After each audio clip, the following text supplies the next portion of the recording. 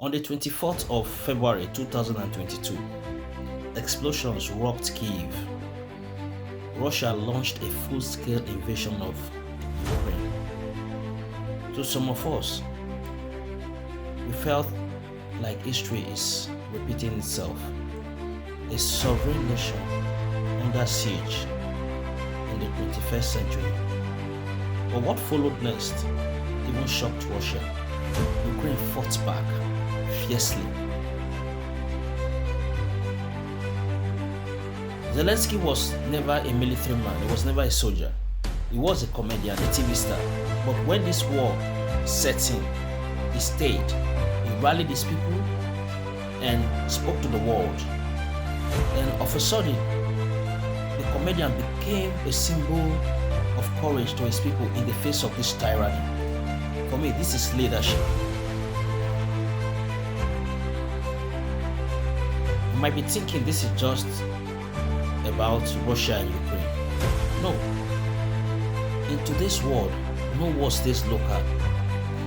This war affected the world. Gas prices went high. Food prices spiked. Countries in Africa and Asia felt the blow.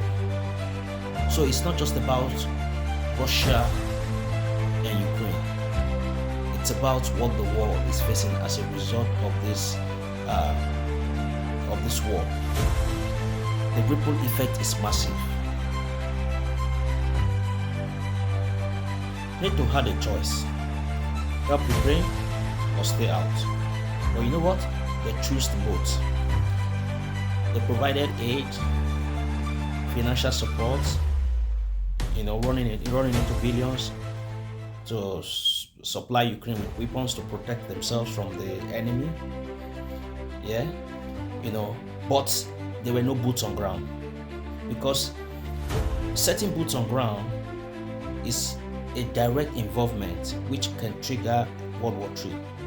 So they stayed out, but they still helped. So they chose both of them. The war in Ukraine is not just about land grab. It's about freedom. It's about sovereignty. It's about who gets to rewrite borders in the 21st century. The war in Ukraine is a mirror that gives us an insight as to what is at stake when power goes unchecked. Because this is exactly what it is like. Because Putin just woke up from any side of his bed and decided to invade a sovereign nation. This is barbaric. There is no doubt the United States of America provided tremendous support for Ukraine to support themselves. However, this was under President Biden, a former president. Recall during the campaign, the current president of the United States, Donald Trump, accused the former President Biden of lacking the capacity to end the war, which he promised that in 24 hours of his presidency he would put an end to the war. If I were president, and I say this, I will end that war in one day. It'll take 24 hours. I know Zelensky well. I know Putin well. I would get that ended in a period of 24. You can break that deal. 100%. It would be easy. That deal would be easy. Now it's been months. No action, no plan. All we see is back and forth. Is this just a campaign hype? Let me see your response in the comment section. Now the question is, what actually is Donald Trump doing to end the war in Ukraine? Or what is he doing for Ukraine? Nothing. It's just a spoiler. Instead of pressuring Putin, who is the aggressor, he is blaming Zelensky and trying to say that Zelensky is responsible for the war. However, a meeting for dialogue was called in Turkey. Putin did not show up, even when Zelensky showed up. Yet Putin sent officials who are low-level officials who don't have the power to make decisions to that meeting, undermining the efforts being made to bring about peace in Ukraine. Instead, Donald Trump is re-echoing Putin's agenda, propaganda, which is to say that Zelensky has to resign from presidency before any peace negotiation or peace deal can be signed. This is absurd. Putin has no right whatsoever to dictate what leadership pattern Ukraine should ride upon. The constitution, the laws of Ukraine states clearly that in wartime there would not be an election. There cannot be an election.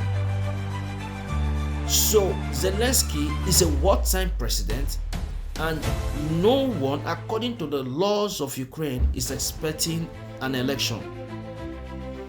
But this is what Putin wants. So it goes further to show that Putin does not want peace. A dictator without elections.